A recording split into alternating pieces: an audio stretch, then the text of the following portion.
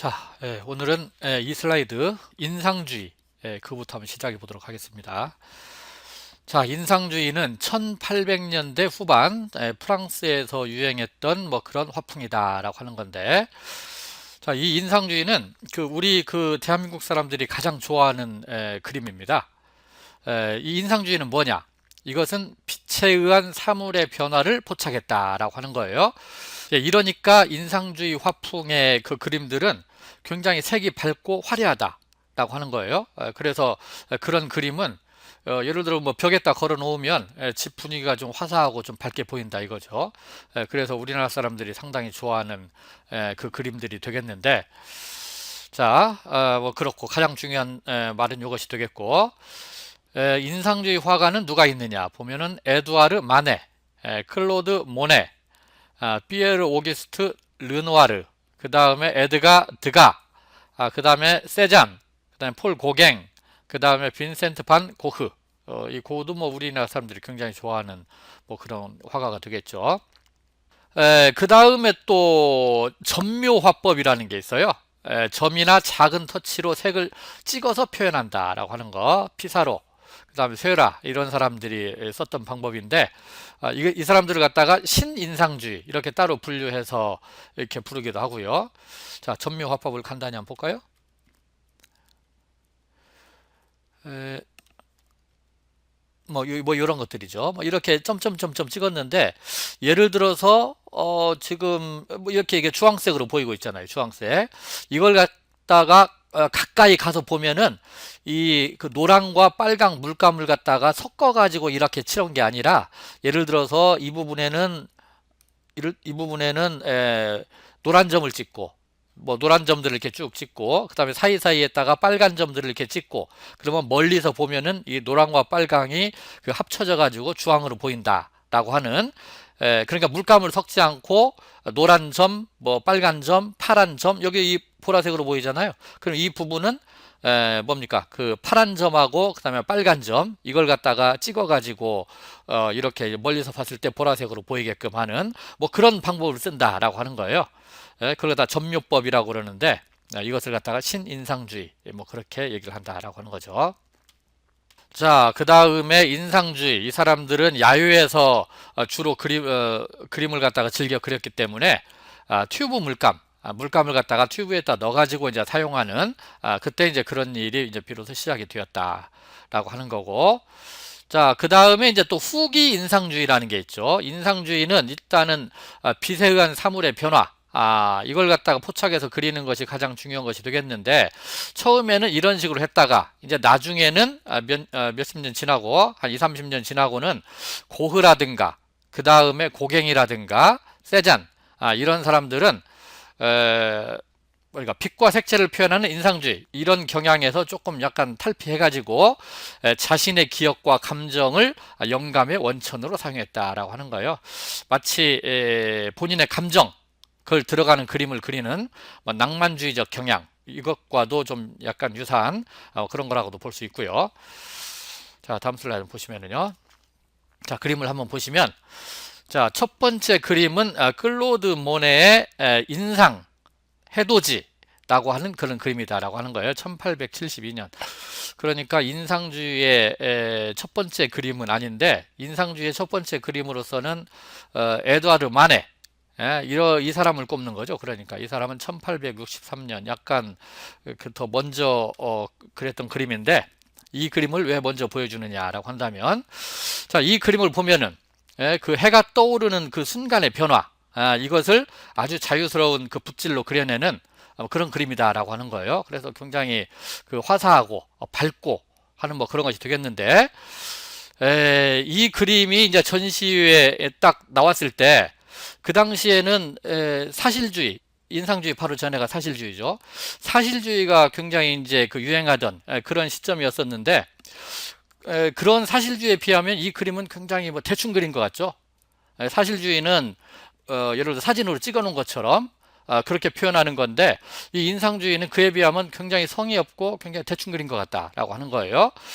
그래서 여기 보니까 이런 그림들을 뭐라고 그 평론가들이 평론을 했느냐, 이것은 이 그림을 보고 이런 그림들을 갖다가 인상파, 인상주의라고 얘기를 해야겠다라고 얘기했는데, 그것은 칭찬하는 게 아니라 자기 인상대로, 자기 느낌대로 물감을 발라놓는다고 다 그것은 그림이 아니다라고 하는 약간 조롱하는 듯한 그런 식으로 이 인상파가 시작을 했다라고 하는 것이죠. 자, 그 다음에 오른쪽에 있는 그림을 보시면은요. 자, 클로드 모네의, 역시 모네의 수련들이라고 하는 그런 작품이에요.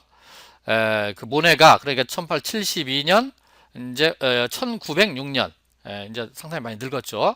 모네가 이제 그 늙었을 때 파리 근교에 어떤 이런 정원이 있는 이 집에서 이제 그 살게 됐어요. 그래서 이제 그 집에서 수련들 이 그림을 갖다가 아주 그 연작 그림들을 많이 그렸죠.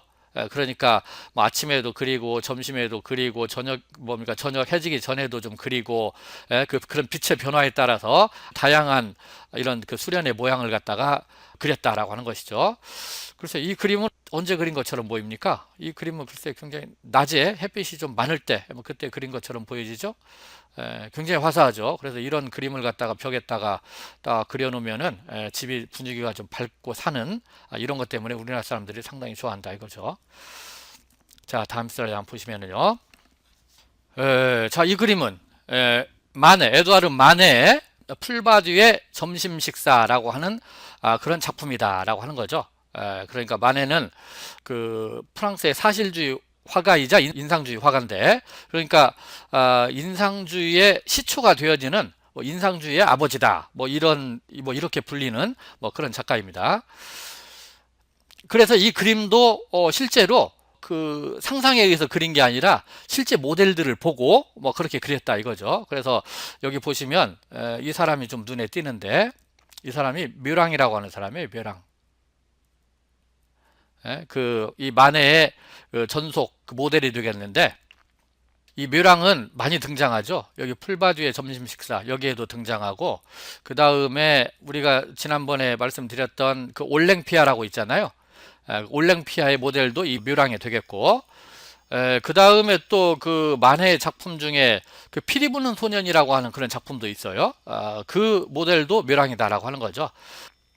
자, 이 뒤에 보시면 이 사람은 마네의 처남이라고 하고, 그 다음에 여기 있는 이 사람이 마네의 와이프, 마네의 그 아내라고 그러고, 그 다음에 이 사람이 이제 마네다라고 하는 사람도 있고, 그 다음에 마네의 동생이다 이렇게 얘기하는 사람이 있는데, 어쨌든 이런 모델들을 이용해 가지고 이 작품을 갖다가 완성을 했다라고 하는 것이죠. 이 그림이 살롱전에 이제 출품이 됐을 때, 보통 그때는 이제 누드를 그리면 그리스의 그 여신, 그걸로 쭉 표현을 했는데, 일반 사람들 이걸 갖다가 이제 그 누드를 그리니까 굉장히 생소했겠죠. 그래서 좀 비판을 좀 많이 받았다라고 하는 거예요. 왜 일반인을 누드로 등장시키는가, 그런 거라든지, 아니면 여기 있는 이 모델, 이 사람이 왜 그 관객을 갖다가 그 빤히 쳐다보고 있는가 라고 한다든지, 아니면 점심 때 이 풀밭에서 왜 여자가 옷을 벗고 있어야 하는가 라든지, 굉장히 저속한 그림이다, 그런 식으로 해가지고 상당히 매우 비판적이었다라고 하는 거죠. 이 그림을 그린 것이 언제입니까? 1863년이다 라고 하는 거예요. 이때는 프랑스의 제2 제정 때, 나폴레옹 3세 그 황제가 있었을 때고, 이때는 이제 황제 밑에 주로 이제 권력을 잡은 사람들이 누구라겠습니까? 자본가들이라겠죠? 자본가, 부르주아들, 그런 사람들이 되겠는데, 그래서 이 마네가 자본가들의 세속적 욕망, 그것을 비판하기 위해서 이걸 그랬다라고 하는 거예요. 그러니까 이제 비판을 받은 부르주아는 그런 비판이 썩 기분이 별로 안 좋겠죠. 그래서 이제 이 그림을 갖다 저속하다 이렇게 그 평가를 했다고 그러는데, 그 다음에 또 이 그림이 비판을 받은 것은 또 한 가지 이유가 더 있어요. 뭐냐면 표절시비예요. 표절시비. 표절했다 라고 하는 거죠.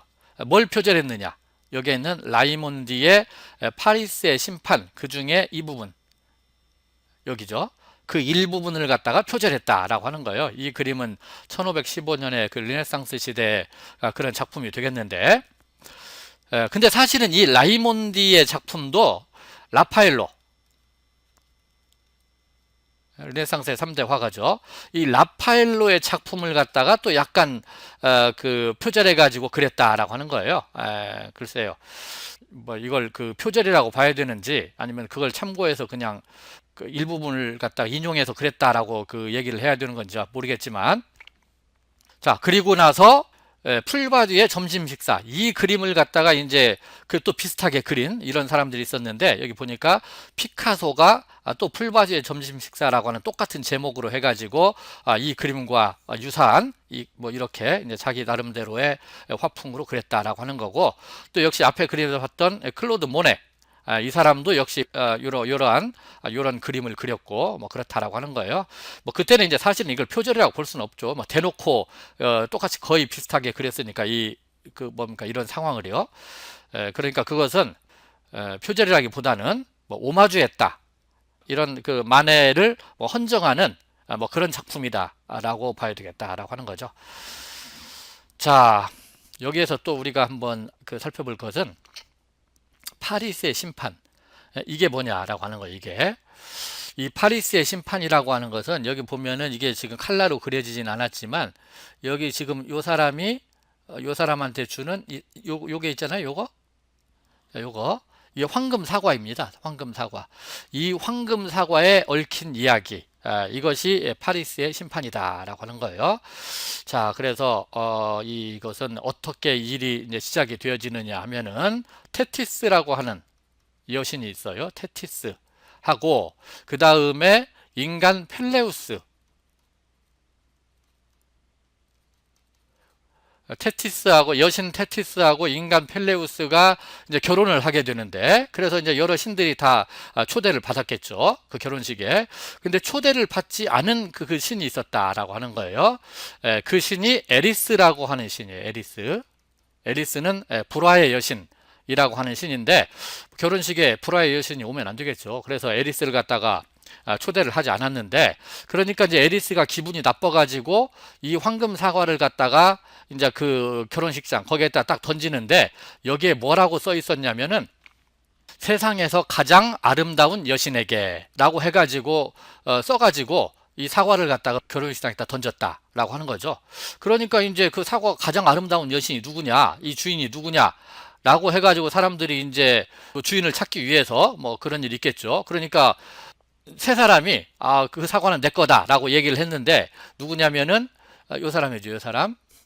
요 사람이 아니라 그 요 여신인데, 뭡니까? 여신 옆에 공작 있잖아요. 공작. 그래서 이거 누구는 헤라예요. 헤라.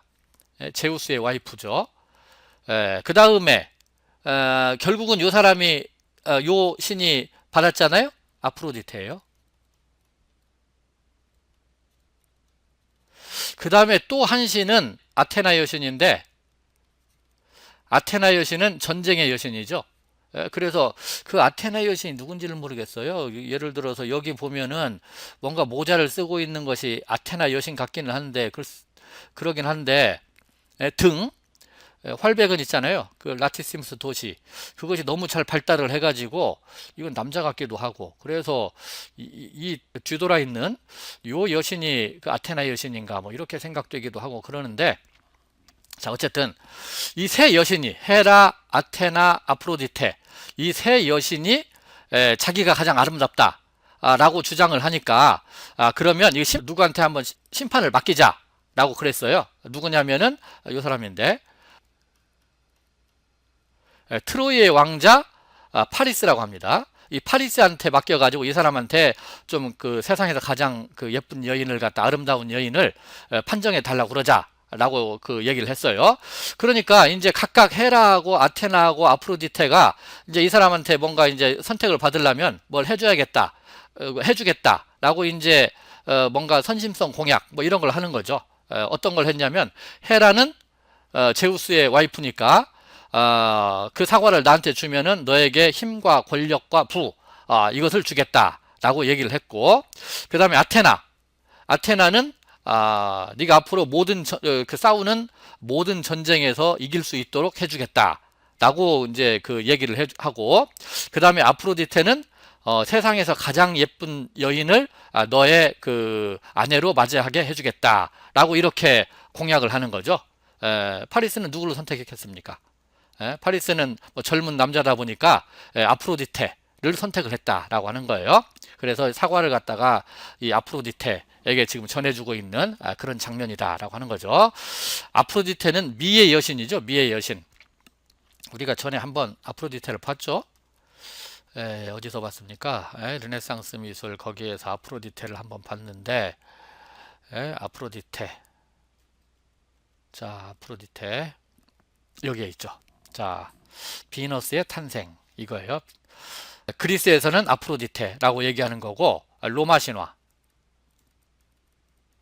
여기에서는 미의 여신을 갖다가 비너스라고 부른다라고 하는 거예요.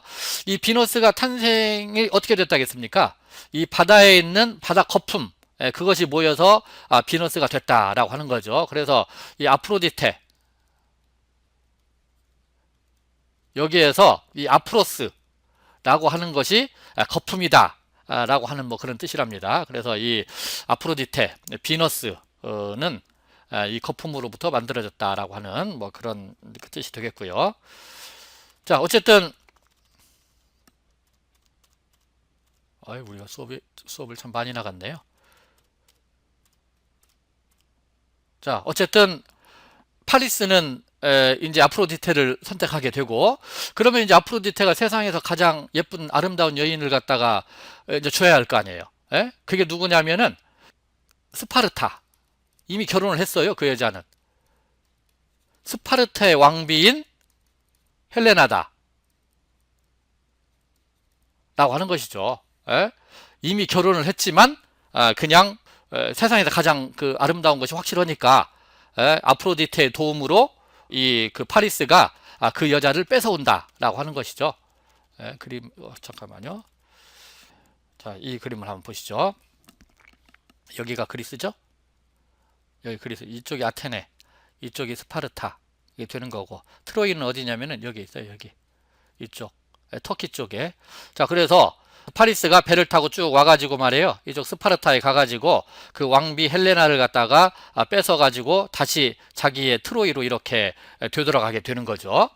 그러니까 화가 난 뺏긴 그 스파르타의 왕, 이런 사람들이 그 주변에 있는 아테네라든가 이런 데하고 대규모 그 연합군을 형성해가지고 그 트로이로 자기 왕비를 갖다가 찾으러 가는 거죠. 그래서 벌어진 전쟁이 트로이 전쟁이다라고 하는 거예요. 그래서 거기에 이제 아킬레스라든지 오디세우스라든지 뭐 그러한 유명한 사람들이 많이 나온다라고 하는 거예요. 그리고 사실은 그 헬레나도 유부녀였지만 헬레나도 유부녀였지만 말이에요. 이 파리스도 사실은 그 당시 결혼을 한 상태였어요.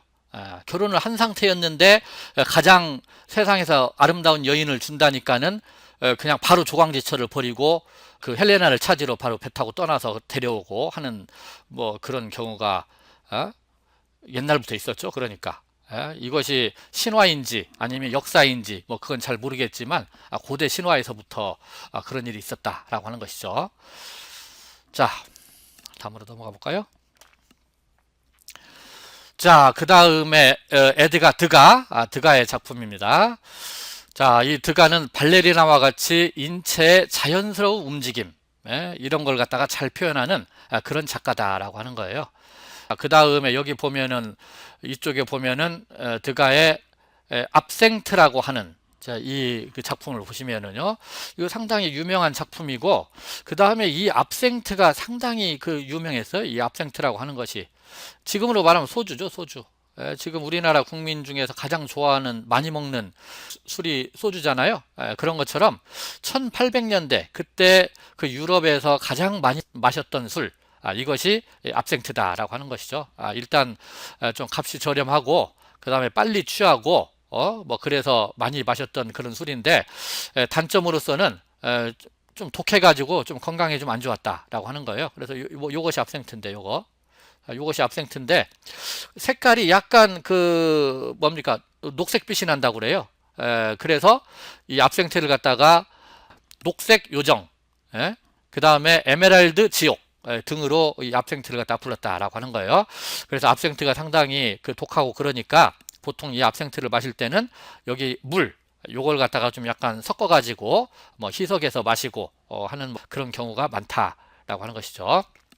자, 그런데 이것이 워낙 독한 술이고 그러다 보니까 약간 부작용이 있는데, 부작용은 어떤 거냐면은 그 뇌세포를 자극해 가지고 환각작용을 일으키는 뭐 그런 경향이 있을 수가 있고, 그 다음에 또 이것이 뭐 시신경을 갖다 손상시킨다고 그럽니다.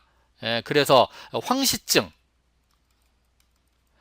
그러니까 앞에 있는 그 화면이, 그러니까 정상보다 약간 노랗게 보이는 그런 증상, 이 황시증, 이걸 갖다가 나타내는, 그 많이 마시면 그런 경우가 있다고 그러는데, 예를 들어서 이 당시에 그러니까 고흐도 이 압생트를 갖다 상당히 많이 마셨다고 그래요.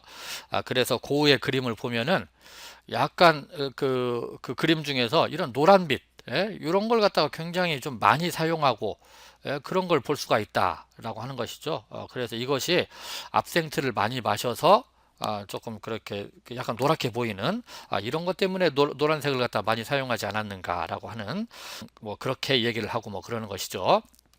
근데 사실 노랗게 보인다, 황시증, 이것은 사실은 시신경 손상 이러면 되겠습니까? 시신경 손상이면은 색깔이 전체가 다 잘 안 보이겠죠. 어둡게 보이겠죠. 노랑, 빨강, 파랑 할 거 없이. 그런데 그것이 좀 더 노란색으로 좀 많이 보인다라고 한다는 것은 어떻게 되겠어요? 예를 들어서 우리가 시각을 감지하려면 그 세 개의 레티날이 있죠. 빨간색 레티날, 그 다음에 녹색, 그 다음에 파란색, 각각의 파장이 다르죠. 우리가 노란색으로 보이려면은 빨강과 녹색 레티날이 같이 그 자극을 받아야 노랑으로 보이겠죠. 그러니까 노랑으로 많이 보인다는 것은 이 파란색 레티날이 손상받았다. 그래서 노랑으로 보인다. 뭐 그래야 되지 않겠어요? 파란색 레티날이 손상받아서 빨강, 녹색 레티날의 비중이 더 높아졌다. 뭐 이래야 그 화면이 좀 약간 더 세상이 좀 노랗게 보이고 뭐 그러는 것이죠. 뭐 그렇게 생각해 볼 수도 있다. 뭐 그런 얘기예요. 자, 이 그림은 파리의 허름한 카페에 지금 이 남녀가 있잖아요. 그래서 이 주인공 여자, 그 다음에 여기 남자, 이 사람들이 굉장히 피곤해가지고 말이에요.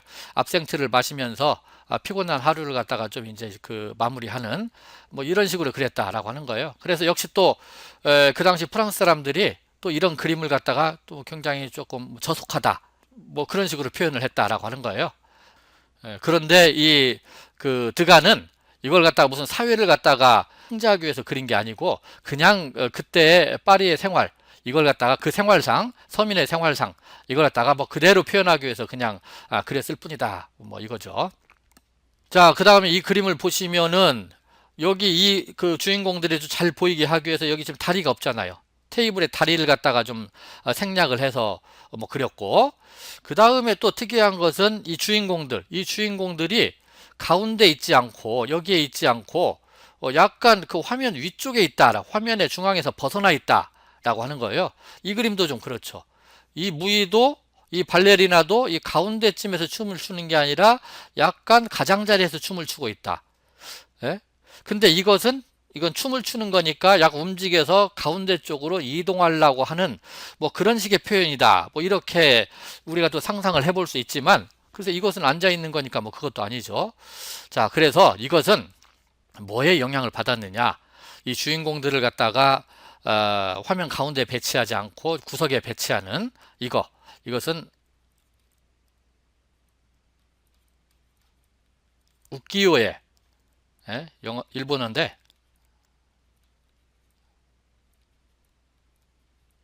이것에 영향을 받았다라고 하는 거예요. 이 우키요에라는 것은 무엇이냐라고 하면 한자어로 이것은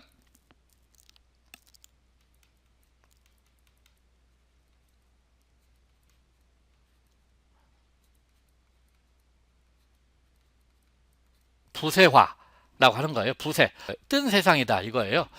그러니까 허무한 세상, 뭐 그런 뜻이 되겠죠. 뭐 그런 뜻을 나타내는 우키요에라는 거 무엇이냐? 일본의 풍속화예요. 우리도 이즈음 해가지고 뭐 김홍도라든지 신윤복의 그런 풍속화 뭐 그런 것들이 이제 많이 그려지고 뭐 그랬는데, 일본의 뭐 그 풍속화들 뭐 그런 것들이 이렇게 주인공이 화면 중앙에 꼭 있는 게 아니라 가장자리에도 있고 하는 그런 그림들이 있다라고 하는 거예요. 그래서 고흐의 그림에도 그 배경에 보면은 그 일본의 그 우키요에 그런 것들이 벽에 걸려 있고 뭐 그러잖아요. 그래서 이 당시 일본 그림들이 이쪽 그 유럽에 많이 그 전파가 되었다라고 하는 거, 그걸 갖다가 볼 수 있기도 하고요. 자, 다음 슬라이드를 보시면은요. 자, 이것은 세잔의 바구니가 있는 정물이다 라고 하는 거예요. 1888년의 그림 이거죠. 자, 그 세잔은 후기 인상주의 그 화가가 되겠는데, 이것은 이제 보통 인상파의 그림의 그 특징이 나타나는 그런 그림이 되겠죠. 그러니까 뭐 빛의 변화를 추구하는 뭐 이런 것들, 뭐 빛의 변화를 추구해 가지고 이그 정물, 이 사과가 여러 가지 변화하는 뭐 이런 걸 갖다가 이제 주로 그렸는데, 처음에는 이런 걸 주로 그렸다가 나중에는 차차 대상과 구도를 갖다가 단순화하는 그런 그림으로 이제 변화가 되었다라고 하는 것이죠.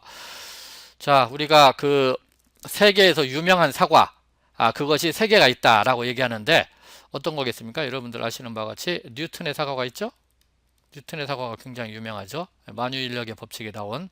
그 다음에 또 어떤 사과가 생각납니까? 예? 아담과 이브의 사과. 그거 유명하죠? 그 다음에가 또 이 세잔의 사과다. 뭐 이렇게 얘기하는 건데, 자, 그렇다고 봐서는 그 얘기는 이 세잔의 사과를 갖다가 굉장히 높이 평가해 준 뭐 그런 것이 되겠는데, 자, 어쨌든 그 세잔은 이 사과를 갖다가 상당히 많이 그렸다라고 하는 거예요. 그 밝은 색채를 표현하기에 아주 좋은 소재다라고 세잔이 그 생각을 해가지고 요런 정물들 이런 것들을 갖다가 상당히 많이 남겼다라고 하는 것이죠. 자, 그런데 이 그림에서 보니까 좀 약간 특이한 게 있어요. 어떤 거냐면, 자, 요거 한번 보세요. 이 항아리. 항아리의 그 눈의 시점이 어디 정도 보입니까? 여러분. 이 항아리는 약간 위에서 본 것처럼 그려지죠? 이것은? 이 항아리는. 완전 앞에서 그린 게 아니라, 뭐 이게 보이잖아요. 이게 보인다는 것은 약간 앞에 위에, 거기에서 그렸다라고 하는 거고, 이 바구니. 이 바구니는 이것보다 그 시점이 약간 낮은 것 같죠? 이것은 약간 정면에서 그린 것처럼 그거죠. 그러니까 한 그림의 시점이 다시점, 뭐 그런 그림을 그린 뭐 거의 시초의 그림이다. 뭐 이렇게 그 평가를 하고 있는데, 그래서 이런 그림은 나중에 어떤 거에 영향을 줬느냐라고 한다면 입체파, 피카소의 그림이 대표적인데, 뭐 그런 그림에 영향을 주었다라고 하는 거예요. 한번 보실까요? 그 전에 그 피카소의 그림이 하나 있었었죠? 자, 자, 피카소의 게르니카라고 하는 그림이 되겠는데, 자, 이것은 입체파의 그림이다라고 하는 거예요. 어떤 걸 보면 알 수 있느냐라고 한다면, 자, 이 소를 한번 보세요. 소 여기 뿌리 두 개 있잖아요. 뿌리 두 개. 어디서 보고 그랬겠습니까? 이쪽을 보고 이렇게 그렸겠죠. 앞면에서. 뿌리 두 개가 보인다는 것은 이쪽은 앞면에서 보고 그랬을 때 이런 모양이 나온다라고 하는 거고, 그 다음에 귀 같은 걸 보세요. 귀는 한쪽에 여기가 있고 또 하나는 저쪽에 있잖아요. 이것은 어디서 보고 그린 거예요? 자, 이렇게. 자, 여기서 보고 그린 거. 자, 그래서 하나의 물체에 대해서, 그러니까 그 앞에 옆에에서 시점이 다른 이걸 갖다가 혼합시켜서 이렇게 그린 거. 뭐 이런 것이 입체파의 그 대표적인 특색이 되겠죠. 자, 이런 시도를 그러니까 뭐 세잔의 그림에서도 일부 그런 것을 갖다가 발견할 수 있다라고 하는 것이죠. 자, 그 다음에 오른쪽에 있는 그림, 피에르 오기스트 르누아르의 그림이죠. 뭐 굉장히 이 그림 딱 보면 르누아르의 그림이구나. 굉장히 색채 표현이 매우 화려하고 뛰어난 그런 그림이 되겠다라고 하는 거죠. 자, 다음으로 넘어가면은, 자, 고흐의 그림이 있어요. 고흐도 우리나라 사람들 상당히 좋아하죠. 아, 특히 아주 특징적인 것이 이런 붓질. 예? 그러니까 뭐 색을 갖다가 그 꾹꾹 눌러서 이렇게, 붓을 갖다가 꾹꾹 눌러서 이렇게 표현하는, 자, 이런 화법, 대단히 특이한 화법. 이런 거 우리나라 사람들 굉장히 좋아합니다. 자, 이 고흐는 좀 얘기가 좀 길어지니까 고흐는 일단 넘어가고, 그 다음에 오늘은 자, 요 슬라이드만 하고 끝내도록 하죠. 자, 위에 있는 거 폴 고갱의 그림이다 라고 하는 거죠. 자, 고갱 하면은 이거 타히티 섬이죠. 타히티 섬. 타히티 섬을 그린 화가로 상당히 유명하죠. 이 고갱은 고호의 친구이기도 하고, 그래서 고갱과 고호가 싸우고, 그래서 고호가 화가 나가지고 자기 귀를 잘랐다. 뭐 그런 얘기가 있고 뭐 그러는 거죠. 원래 이 고갱은 전문 그 미술가가 아니고 증권거래소 그 일을 하는 그 사람이었었는데, 취미로 그 일요일 날 주로 주말에 이제 그 그림을 그리는 일요화가 있었다. 취미화가 있었다. 라고 하는 거예요. 근데 이제 그림을 좀 그리다 보니까 딴 사람들이 좀 인정도 해주고 뭐 그래가지고 이제 전문적으로 그림 그리는 업으로 뛰어든 뭐 그런 사람이 되겠는데, 일단 그림을 보시면 굉장히 그 원색을 갖다가 활용한 아주 강렬한 느낌이 나는 뭐 그런 그림들이 이제 고갱의 그림 뭐 그게 되겠다라고 하는 거고, 그 다음에 이 그림에서는 뭐 그다지 그렇게 잘 표시가 나지 않지만 고갱의 그림은 이 원근법 이걸 갖다가 상당히 무시한 이런 그림들이 상당히 많아요. 그래서 약간 평면적인 느낌이 나는 뭐 그런 그 특징이 좀 있고 뭐 그러는 거죠. 자, 이 그림은 이제 그 고갱이 타히티로 가가지고 본인이 좀 건강이 안 좋아졌을 때, 그래서 죽음이 가까이 왔는가 보다 라고 그 생각을 해가지고 고갱이 마지막으로 유작을 하나 남겨야겠다 라고 해가지고 자기 나름대로 굉장히 그 대작을 그린 그런 작품이다 라고 하는 거죠. 그래서 이 작품의 크기가 139 곱하기 375, 이쪽이 140 정도 되는 거고, 그 다음에 가로가 거의 한 4m 가까이 되는 굉장히 대작이다 라고 하는 거예요. 그래서 이 그림을 보니까 그 왼쪽에서 오른쪽으로 가면서 이제 인생이 쭉 변화하는 그런 걸 갖다가 파노라마처럼 쭉 그렸다라고 하는 거죠. 여기는 어린이가 보이죠. 그래서 유아기, 그 다음에 이때는 이제 거의 청년기 이거고, 그 다음에 이때는 이제 거의 노년기 해가지고 이 사람의 일생을 갖다가 쭉 그 파노라마처럼 그 표현한 것이 되겠고, 그 다음에 여기 보면 사람만 있는 게 아니라 뭐 동물이라든지 동물들, 그 다음에 여기 있는 식물 뭐 이런 것들, 식물들 뭐 이런 것들, 그래서 자연과 사람이 뭐 일체가 되어지는 이런 걸 갖다가 한번 표현해 보고 싶다라고 해가지고 요걸 그랬다고 그러는데, 이 당시에는 뭐 그다지 뭐 그렇게 좋은 평가는 받지 못했다고 그럽니다.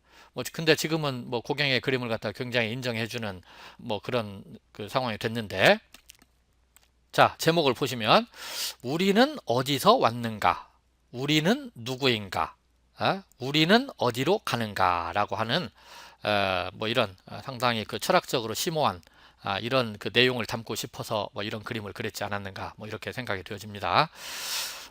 자, 그 다음에 그 밑에 보시면은 쇠라의 그랑자트 섬의 일요일 오후다라고 하는 거예요. 아까 말씀드렸던 그 전묘법, 그걸 이용해서 그림을 그렸다라고 하는 것이죠. 이 쇠라는 굉장히 그 젊은 나이에 뭐 죽게 됩니다. 31살에 죽게 되는데, 어떤 걸로 죽게 되냐면 디프테리아로 죽게 되는 거죠. 우리가 앞에 쭉 그 패스트, 흑사병에 대해서 쭉 잠깐 내용이 나왔었죠. 그때 흑사병으로 상당히 많은 사람이 죽었는데, 우리 화가 중에서는 그 티치아노, 르네상스의 대표 화가가 되겠죠. 이 티치아노가 이 패스트로 죽었다고 그러고, 그 다음에 이제 그 이 인상주의 그 뒤에 가면은 이제 표현주의라고 나오는데, 거기에서 그 에곤 실레라고 있어요. 그 사람은 뭘로 죽었느냐? 이 사람은 스페인 독감으로 죽었다고 그러고, 그 다음에 또 뭉크라고 있죠. 뭉크, 표현주의의 아주 대표적인 화가가 되겠는데, 이 뭉크도 스페인 독감을 굉장히 심하게 알아가지고 거의 죽을 뻔하다 살아났다 라고 하는 거고, 어쨌든 질병들이 좀 나오는데, 자, 이 디프테리아라고 하는 거 지금은 뭐 거의 걸리지 않죠. 지금은 그 태어나가지고 좀 어렸을 때 DPT 요 예방주사를 맞죠.